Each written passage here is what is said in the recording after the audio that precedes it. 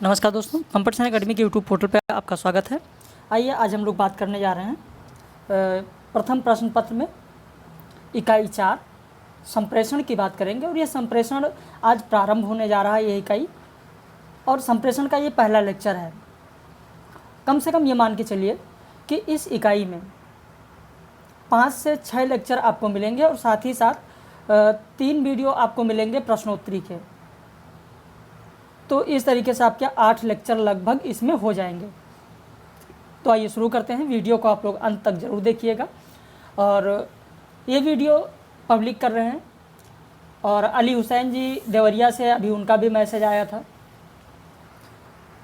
साथ ही साथ और भी मोहन हैं, विवेक हैं, शशि हैं, अरूप हैं, देवेंद्र हैं, सारे लोग जितने भी लोग हैं सारे लोग ध्यान दें, वीडियो को अंत तक देखिए और चीज़ों को समझते चलिए। जो भी चीज़ें अलग से बताई जाएं उन्हें आप नोट करते हुए ज़रूर चलें। तो आइए शुरू करते हैं, संप्रेषण की बात करते हैं। लाजवंती जी भी अगर देख रही हैं तो कॉपी पेन लेकर बैठें ताकि चीज़ों को आप लिख सकें। संप्रेषण, जिसको अंग्रेजी में कम्युनिकेशन कहते हैं। सबसे पहली बात तो यही है कि जो आप वीडियो देख रहे हैं, मेरी बातों को सुन रहे हैं, ये क्या है? यही तो संप्रेषण है। संप्रेषण के द्वारा एक व्यक्ति दूसरे तक अपने भाव विचार को पहुंचाता है और यही भाव विचारों का आदान प्रदान संप्रेषण कहलाता है। बिना संप्रेषण के हमारे जीवन में विचार और भावनाओं का कोई महत्व नहीं है। मानव सभ्यता और संप्रेषण साधनों का विकास समानांतर चलता रहता है। हिंदी में देखें तो संप्रेषण 2 शब्दों से बना है, सम प्लस प्रेषण, यानी सम और प्रेषण से मिलकर बना है।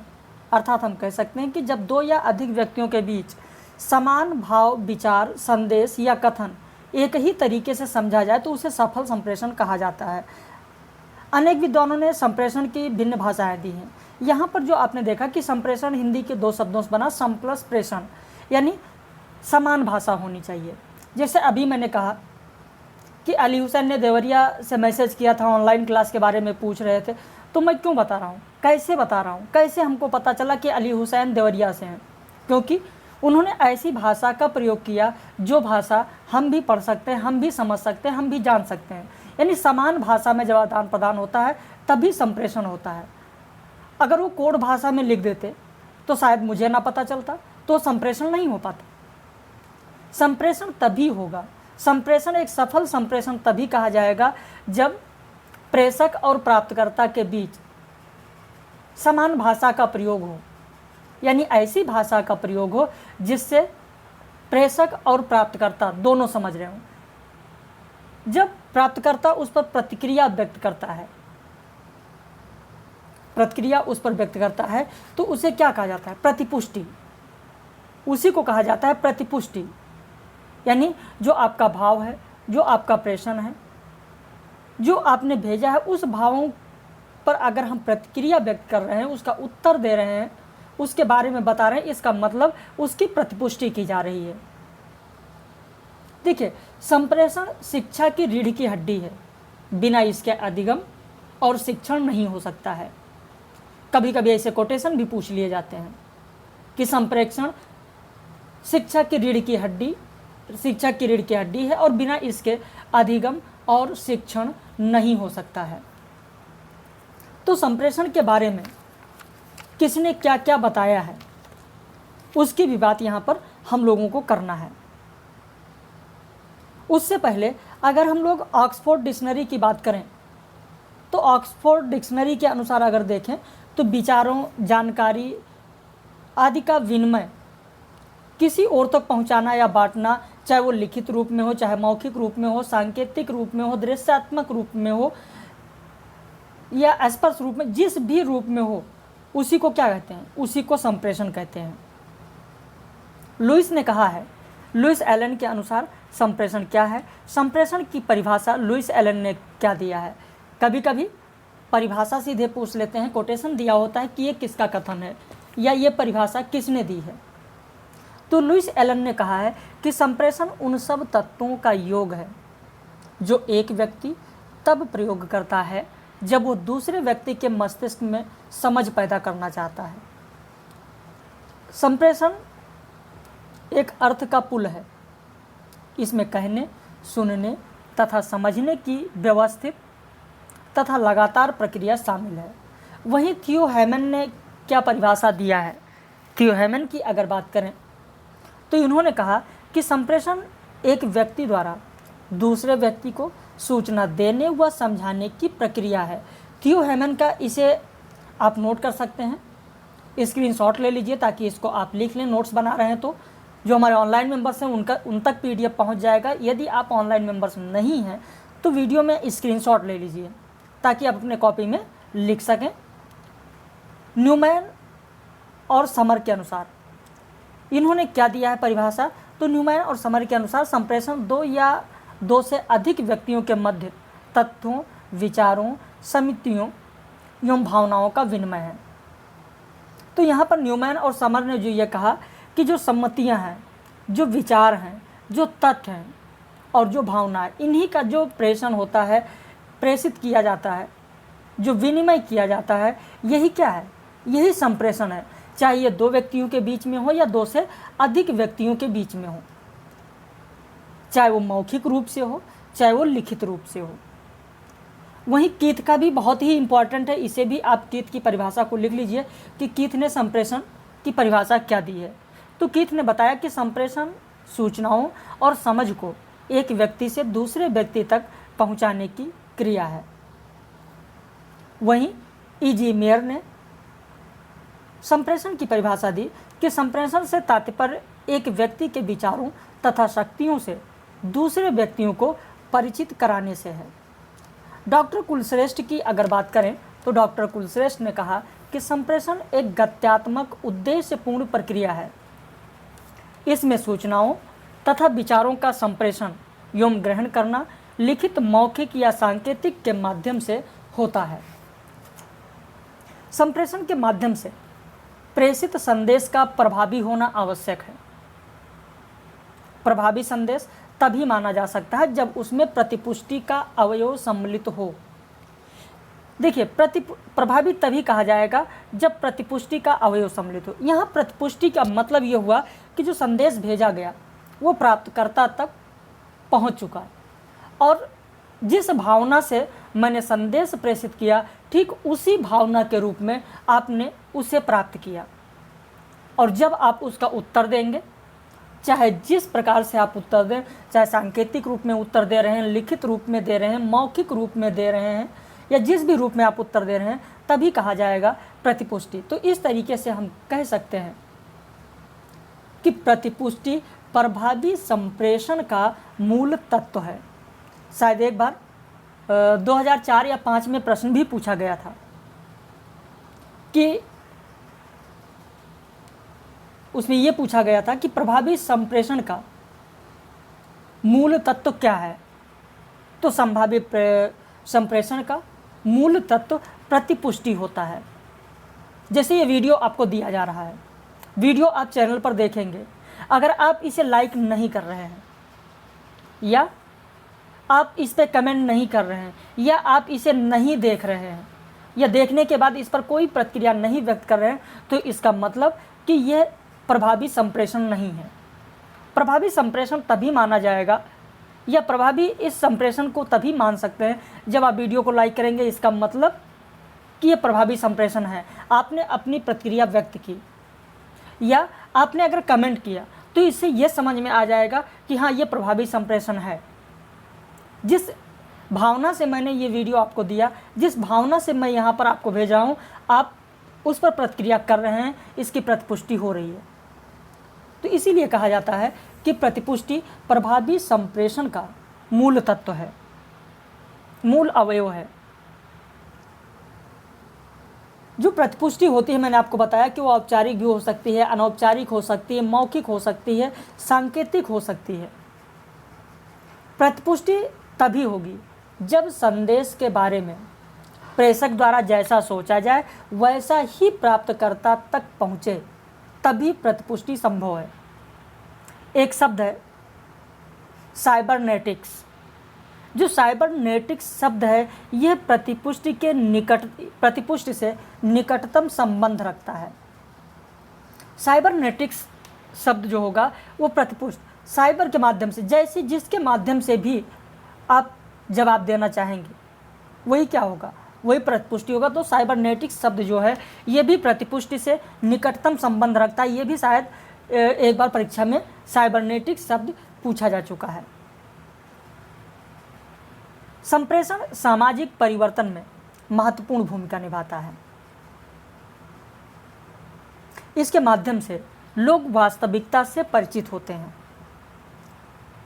देखिए, जो लोग वास्तविकता से परिचित होते हैं संप्रेषण के माध्यम से, इसका मतलब यह है कि समाचार पत्र, समाज में क्या हो रहा है, समाज में कैसा बदलाव हो रहा है, आप कैसे देख रहे हैं, टेलीविज़न के माध्यम से, समाचार पत्रों के माध्यम से, या पहले की जो चलचित्र बनती थी, जो मूवियाँ बनती थी, उनमें क्या होता था, उनमें समाज में क्या चल रहा है, समाज कैसा है, समाज के बारे में आप तक पहुंचाया जाता था। जैसे पहले चल रहा था पीवीआर, आप सभी लोगों ने नाम सुना होगा पीवीआर का, प्रिया विलेज रोड शो। तो ये गांव-गांव में चल चल के और चलचित्र के माध्यम से लोगों को दिखाया जाता था।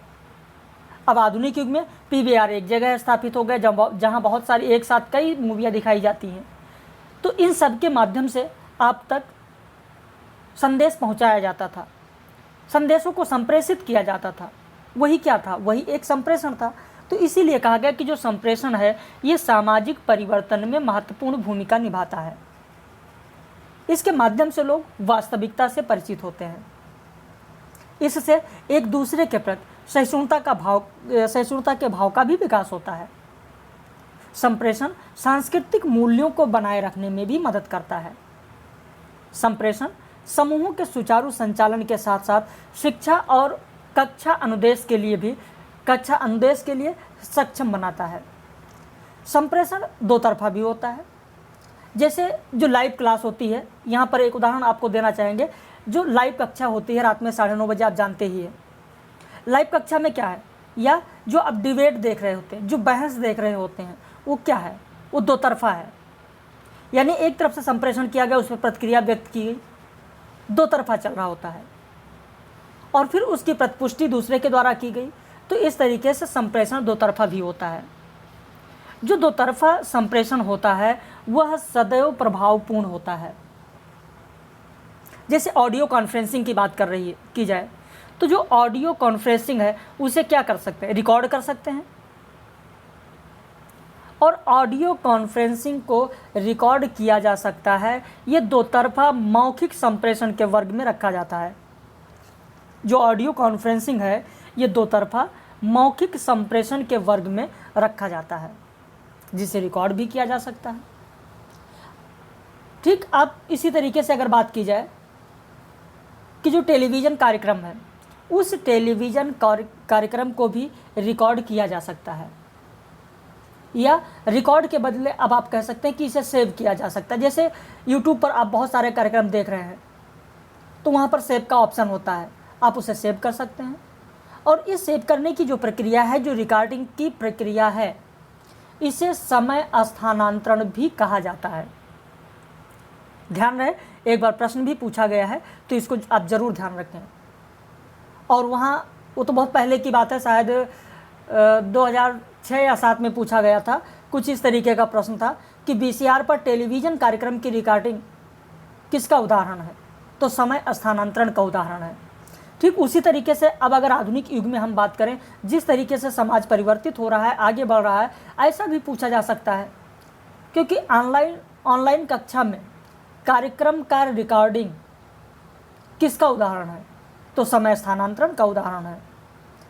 या किसी सोशल मीडिया पर चल रहे कार्यक्रम का रिकॉर्डिंग किसका उदाहरण है, तो समय स्थानांतरण का उदाहरण है। बात समझ में आ रही है? चलिए आगे बढ़ते हैं। अब आते हैं संप्रेषण के प्रकार पर। तो जो संप्रेषण का प्रकार है, इस पर हम लोग विस्तृत चर्चा करेंगे।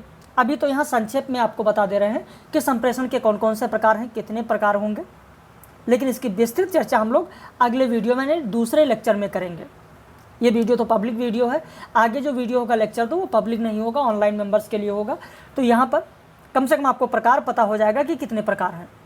तो संप्रेषण के अगर प्रकार की बात करें तो मुख्यतः दो प्रकार होगा, शाब्दिक संप्रेषण और अशाब्दिक संप्रेषण। शाब्दिक और अशाब्दिक। यहाँ पर शाब्दिक संप्रेषण जो होगा आपका, शाब्दिक संप्रेषण, यहाँ पर देखते हैं शाब्दिक संप्रेषण दो प्रकार का होगा। दो प्रकार कौन कौन से होंगे शाब्दिक संप्रेषण के? तो दो होंगे आपके, मौखिक और लिखित संप्रेषण। देखिए शाब्दिक है क्या? शाब्दिक संप्रेषण कुछ इस प्रकार से आप कह सकते हैं कि इसमें संदेश शाब्दिक रूप में प्रसारित किया जाता है, इसमें भाषा का प्रयोग किया जाता है। यह मौखिक और लिखित दोनों हो सकता है। जैसे यहाँ पर जो आप देख रहे हैं, जो इस वीडियो को देख रहे हैं, चलिए यहीं पर बात कर लेते हैं। जो इस वीडियो को देख रहे हैं, ये कैसा संप्रेषण है? शाब्दिक संप्रेषण है। इसमें आप शब्दों को सुन रहे हैं, वो हो गया मौखिक। और जो पीडीएफ में देख रहे हैं, ये क्या है? ये लिखित है।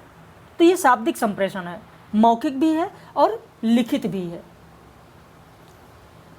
ऐसे अशाब्दिक संप्रेषण क्या होगा?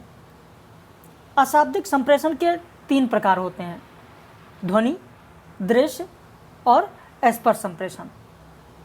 तो ये अशाब्दिक यानी नॉन वर्बल कम्युनिकेशन। अशाब्दिक संप्रेषण शारीरिक मुद्रा के द्वारा, वेशभूषा के द्वारा प्रदर्शित किया जा सकता है, स्पर्श करके प्रदर्शित किया जा सकता है, निकटता से प्रदर्शित किया जा सकता है। तो ये सब होंगे आपके अशाब्दिक संप्रेषण। जैसे स्पर्श की बात करें, स्नेह की अगर बात करें, स्पर्श की बात करें, तो आप देखते हैं कोई बहुत प्रेम पूर्वक आपके पास पहुंचता है, आपके पीठ थपथपा देता है, स्नेहपूर्वक आपके सर पे हाथ रख देता है, स्नेहपूर्वक आपके गाल को थपथपा देता है, या दुख की घड़ी में कोई पहुंचता है और आपके कंधे पर हाथ रख देता है, बाँह पकड़ लेता है, या बहुत स्नेहपूर्वक आप जाते हैं किसी के यहाँ मिलते हैं, हाथ मिलाते हैं, तो हाथ मिला, ये सब क्या है? ये सब अमौखिक संप्रेषण है, अशाब्दिक संप्रेषण है, जिसे हम स्पर्श संप्रेषण के तहत रखते हैं। तो इस तरीके से इसके बारे में हम लोग विस्तृत चर्चा अगले वीडियो में करेंगे। अभी तो संक्षेप में यहाँ चल रहा है कि संप्रेषण के कितने प्रकार होंगे और कौन कौन से प्रकार होंगे। अब अगर शैक्षिक संप्रेषण की बात करें तो शैक्षिक संप्रेषण दो प्रकार के होंगे। शैक्षिक संप्रेषण दो प्रकार के होंगे, वैयक्तिक और सामूहिक। वैयक्तिक और सामूहिक दो प्रकार के संप्रेषण होंगे। किसके लिए, किसके माध्यम से?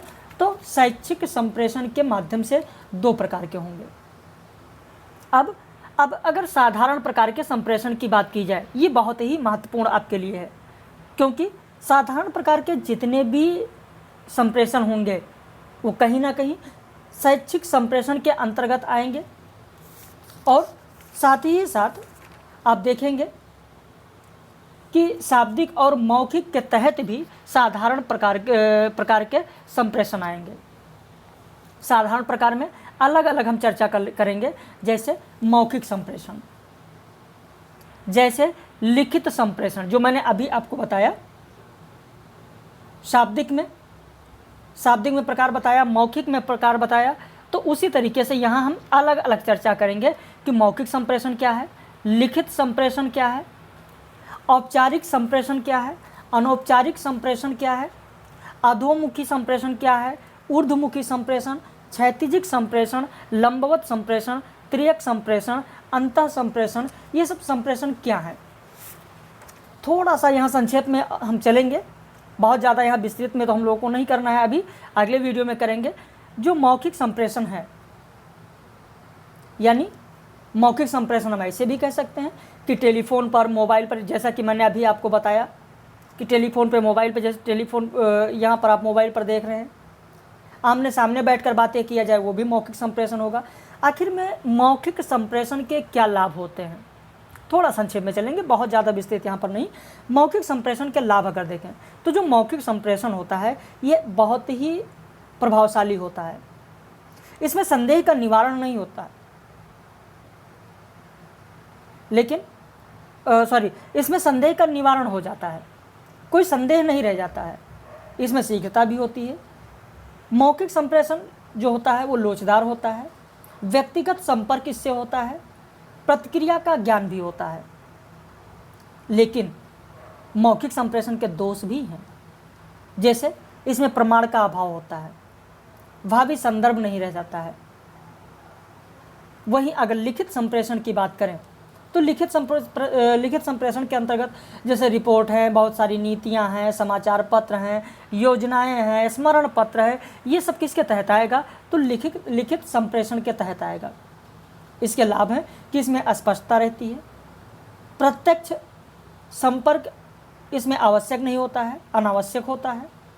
इसमें सोचने का भी समय होता है, जिसे हम बात कर रहे हैं आपसे, और यहाँ पर बात होती जा रही केवल मैं ही समझा रहा हूँ और आप उस पर प्रतिक्रिया देने में सोचने का आपके पास समय नहीं। अगर आपसे प्रतिक्रिया मांगी जाए, तुरंत प्रतिक्रिया मांगी जाए, तो सोचने विचार करने का समय आपके पास नहीं है। लेकिन लिखित संप्रेषण, अगर यही चीज़ मैं आपको लिख कर भेज दूँ और फिर कहें कि इस पर आप विचार करके बताएं, तो आपके पास इसमें सोचने का समय होगा। यानी जो लिखित संप्रेषण होगा उसका लाभ ये है कि उसमें सोचने का समय होगा और भावी संदर्भ भी आपके पास मौजूद रहेंगे। लेकिन जो लिखित संप्रेषण होता है उसमें गोपनीयता का अभाव रहता है। गोपनीयता का अभाव ये रहता है कि अब तो खैर मैसेज सीधे भेज दिया गया इंटरनेट के माध्यम से, लेकिन पहले जो भेजा जाता है वो पत्र एक जगह से दूसरी जगह जाता है, उसमें गोपनीयता का अभाव रहता है। हो सकता है कि उसको और कोई देखे, अनावश्यक देरी भी हो सकती है, प्रतिक्रिया का ज्ञान नहीं होगा, लोच का अभाव होगा। ऐसे अगर औपचारिक संप्रेषण की बात करें तो इसमें संदेश अपने अधीनस्थ कर्मचारियों को दिया जाता है। ये भी प्रश्न पूछा जाता है, इसको भी आप ध्यान से सुनिए, गौर से सुनिए। जो औपचारिक संप्रेषण होता है वो किसके बीच होता है? तो इसमें अधीनस्थ कर्मचारियों को दिया जाने वाला संदेश औपचारिक संदेश कहलाता है या औपचारिक संप्रेषण कहलाता है। वहीं अनौपचारिक की अगर बात करें तो ये सामान्यतः प्रत्यक्ष और मौखिक होता है। अनौपचारिक संदेश, आप ध्यान रखना, इसको बहुत ही अच्छे तरीके से सुन लें और आप लिखना चाहें तो लिख भी सकते हैं। अनौपचारिक संदेश सामान्यतः प्रत्यक्ष और मौलिक होता है, जो समान स्तर के अधिकारियों के बीच होता है, या आप कह सकते हैं मित्रों के बीच होता है, या समान स्तर के अधिकारियों के बीच होता है। इसे अंगूरी लता संप्रेषण भी कहा जाता है। आप लिख लें, प्रश्न ऐसे भी पूछा जाता है कि निम्न में से किस प्रकार के संप्रेषण को अंगूरी लता संप्रेषण भी कहा जाता है? तो अनौपचारिक संप्रेषण को अंगूरी लता संप्रेषण कहा जाता है। अंगूरी लता संप्रेषण इसलिए कहा जाता है, अंगूरी लता यानी अंगूर की आप देखते हैं बहुत सारी लताएं एक से एक दूसरे से दूसरे तीसरे से और बढ़ती हुई ऐसे आगे चली जाती हैं। तो यहाँ पर जो समान स्तर का जो संदेश दिया जाता है ये इसमें दोष होता है असंगठित संप्रेषण का, क्योंकि ये एक से दूसरे में फैलता चला जाता है। इसको हम अफवाह के तौर पर भी देख सकते हैं, और अफवाह के तौर पर जब देखते हैं तो इसके नियंत्रण में बहुत कठिनाई होती है, और एक कान से दूसरे कान, दूसरे कान से तीसरे कान, इस तरीके से ये फैलता हुआ चला जाता है, और इसीलिए इसे अंगूरी लता संप्रेषण कहा जाता है। किसे? तो अनौपचारिक संप्रेषण से।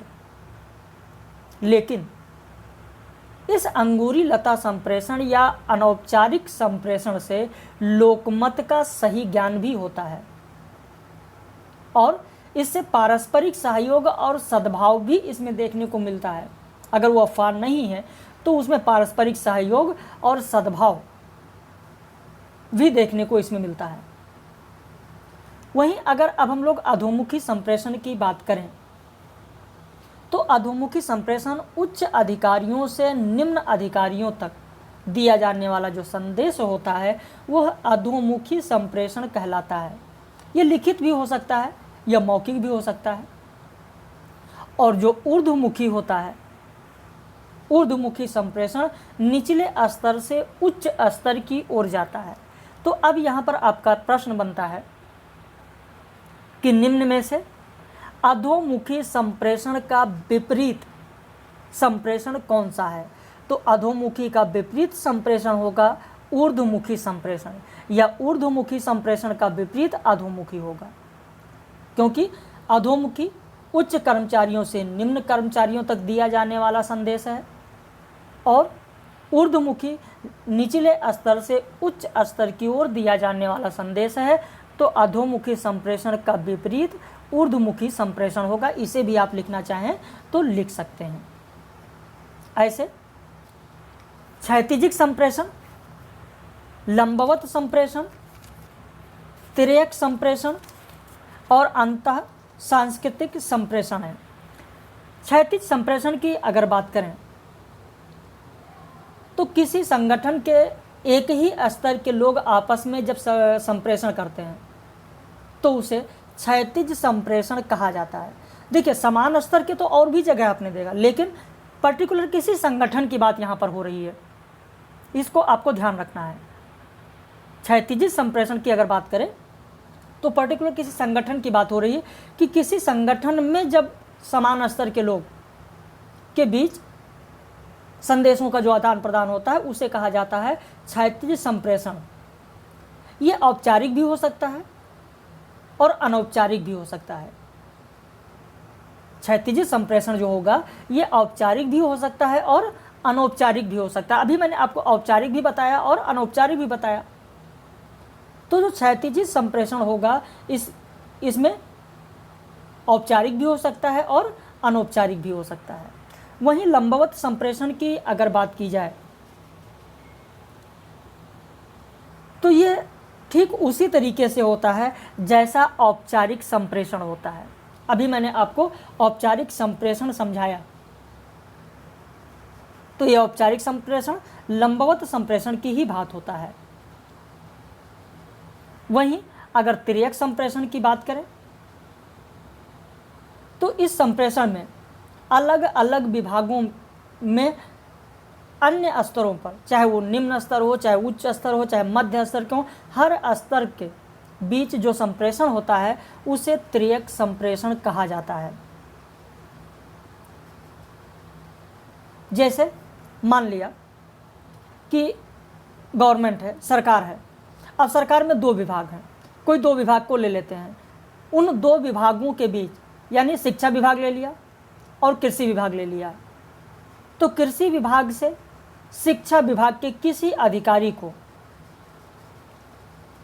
अधिकारी को मतलब ऐसे हम कह सकते हैं कि शिक्षा विभाग का सचिव कृषि विभाग के किसी छोटे स्तर के अधिकारी को अगर संदेश भेजता है तो उसे क्या कहेंगे? तो उसे भी हम तिर्यक संप्रेषण के अंतर्गत रखते हैं। बात समझ में आ गई? अंतः सांस्कृतिक संप्रेषण की अगर बात करें तो यह एक अंतः सांस्कृतिक संप्रेषण को हम ऐसे कह सकते हैं कि यह एक अनुशासन है जो विभिन्न संस्कृतियों और सामाजिक समूहों में संप्रेषण का अध्ययन करता है। यह संप्रेषण बहुत ही विस्तृत है जो कि स्वाभाविक रूप में विभिन्न धार्मिक, सामाजिक, जाति और शैक्षिक पृष्ठभूमि के व्यक्तियों में ये उनके द्वारा बने संगठन के भीतर दिखाई देता है। अंतः सांस्कृतिक संप्रेषण। अब इसके अलावा संप्रेषण के कुछ मॉडल भी हैं, इनके बारे में भी पूछा जाता है, इसे भी आपको ध्यान में रखना है। ऐसे पूछा जाता है कि निम्न में से कौन सा मॉडल संप्रेषण मॉडल है, या निम्न में से कौन सा मॉडल संप्रेषण मॉडल नहीं है, या ऐसा भी प्रश्न पूछा जाता है। पहले तो संप्रेषण मॉडल कौन कौन से ये देख लें, फिर इसके बारे में बताते हैं आपको।